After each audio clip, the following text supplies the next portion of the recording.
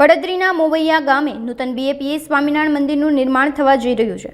ગતરોજ રાજકોટના કોઠારી સ્વામી તથા રાજકોટ ગ્રામ્ય વિસ્તાર વિચરણ કરતા સંત પૂજ્ય અમૃત કીર્તન સ્વામી તથા સંતો મહંતોની ઉપસ્થિતિમાં ખાતમુહૂર્ત કરવામાં આવ્યું હતું। તળપદા પરિવાર વતી આ સેવામાં આશરે 1000 વાર જેટલી જમીન દાનમાં આપવામાં આવી છે।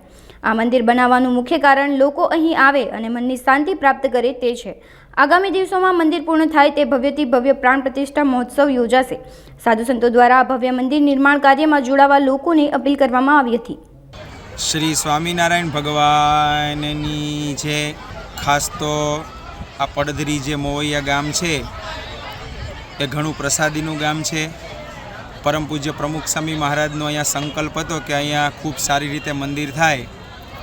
ત્યાર પછી તળપદા પરિવારે આપણને લગભગ 1000 વાર જેટલી આપણને જમીન ભેટમાં આપી અને એની આજના દિવસે સરસ મજાની ખાતવિધિ રાજકોટ બીએપીએસ મંદિરના સંતો દ્વારા થઈ અને ભવિષ્યની અંદર પણ અહીંયા એક માળનું સરસ મજાનું મંદિર થશે, જેની અંદર સત્સંગ થશે, ભજન ભક્તિ થશે, તમામ દેવો એની પ્રતિષ્ઠા પણ થશે અને તમામ ગામના ભક્તો આ મંદિરનો લાભ પ્રાપ્ત કરશે।